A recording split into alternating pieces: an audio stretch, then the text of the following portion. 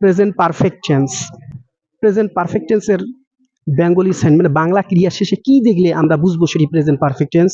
বাংলা ক্রিয়া শেষে যদি দেখি আসি, এসো, এসেন, তাহলে বুঝবো সেটি tense. And what is the structure of present perfect tense?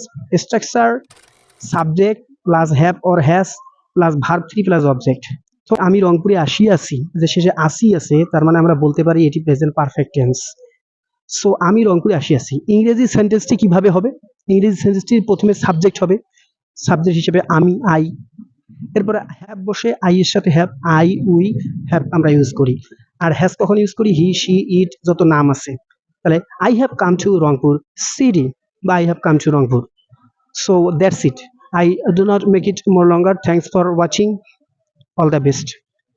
My dear friends and family, make sure to follow my Facebook channel as well as my YouTube channel. My Facebook page is Arif English Academy and my YouTube channel is Arif English Academy 1.